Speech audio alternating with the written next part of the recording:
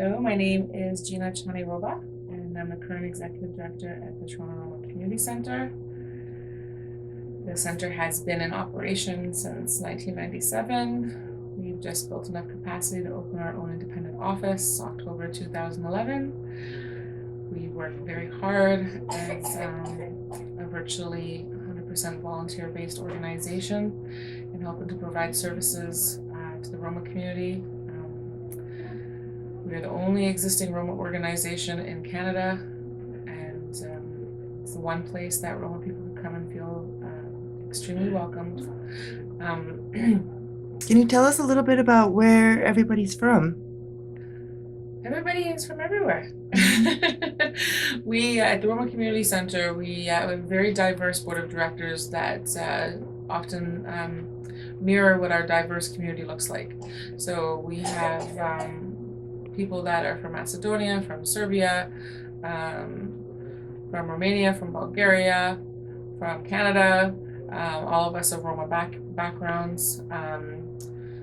Some of us being here longer than others. At the Roma Community Centre, the majority of our clients coming in right now are Hungarian Roma, because that is, I guess, the largest number of our Roma refugees happen to be coming from Hungary right now. But we do have a number of Czech, Romanian, and Bulgarian and Slovak Roma that come in occasionally. And how do you coordinate and organize all of the translation and interpreting needs? Well, we have quite a few volunteers, so I have to just make sure that I'm able to have at least 2 people here every day that can interpret into English from Hungarian. I try to have at least 1 person that can speak Romanesque, because I find that the vast majority of Romani people from places other than Hungary are still able to speak their mother tongue in some dialect or form. So if we could just have 1 speaking Romanesque, everybody that's not Hungarian Roma can have access to a little bit of communication support. So all of our documents, all of our information, is a very challenging process, because anytime we have an event or anytime we're doing something important for the community, we need to make sure that we get the translation out in at least 3 languages: English, Hungarian, and Romanesque. At all of our events, our annual general meetings, our cultural events, anything that we do, we need to make sure there's at least 3 translations of everything. And sometimes 4, because sometimes the Czech Roma, their Romanesque is very intertwined with a lot of Czech words. So it's sometimes difficult for other Roma to understand when you have a Czech Roma speaking. So you need to have a separate person doing just translations for Czech. So then we have 4 translators at any given event and with any given material. So it's an ongoing challenge, but something that we've learned to accept as a community, and just always looking for the right person to be able to do those translations the most effectively and efficiently. So basically that entails also knowledge of immigration, knowledge of social services. It goes beyond language, in fact, right? Absolutely. Yeah. It's you have to be able to change hats often throughout the day, from being a teacher to a social worker to being a counselor to being an advocate. Everything that the community needs. I mean, there's so much community development that needs to be done internally to be able to support the community at the level that it needs to be at. As much as there is a requirement for building awareness among Canadians about who the community is. So there's a lot of education happening here. If you had a magic wand, what kind of a translation service would you want to ideally create here for the community center? If I had a magic wand, I would have this box that whatever I write in English, I will have a paper that would fly out for me, just like in a printer, and it will come out in the different languages that I needed in immediately. Yeah. Because the days to get all the proper translations ready really put me back sometimes a week or 2 when I don't have that week or two, and everything is like moment to moment. So I need like instant access to translation ASAP. And I wish that I had a device in my hand that I could talk into and it could talk back in the various languages, so that when I'm doing community events, people are able to understand what I'm saying word for word, because I know a lot of what I say gets lost in translation. Because I could understand when it's being translated into Hungarian, and I can hear a lot of what I'm saying is being left out for the sake of trying to get the broader picture across. But sometimes the smaller details in that picture really help to create a more accurate image of what you're trying to describe. Would you like to tell us a little bit more about the particular situation here in Canada with regard to translation? Absolutely.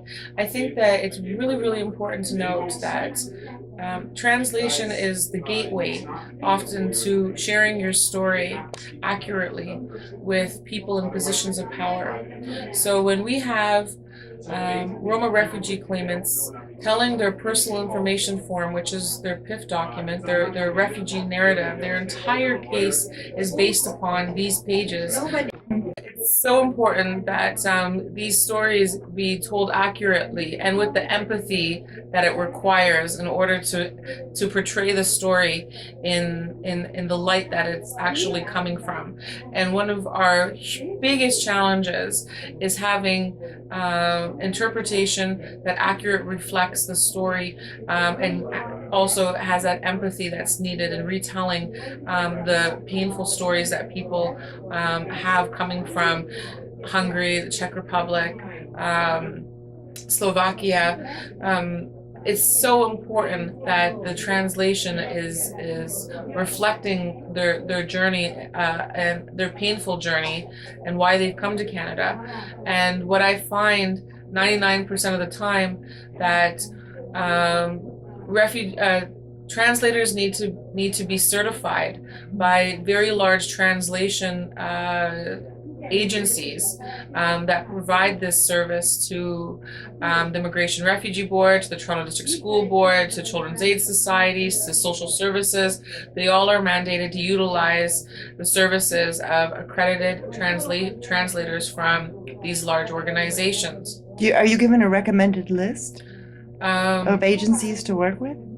They do have a recommended list. I don't use that because I use translations from within the community. I don't ever go to a professional translator.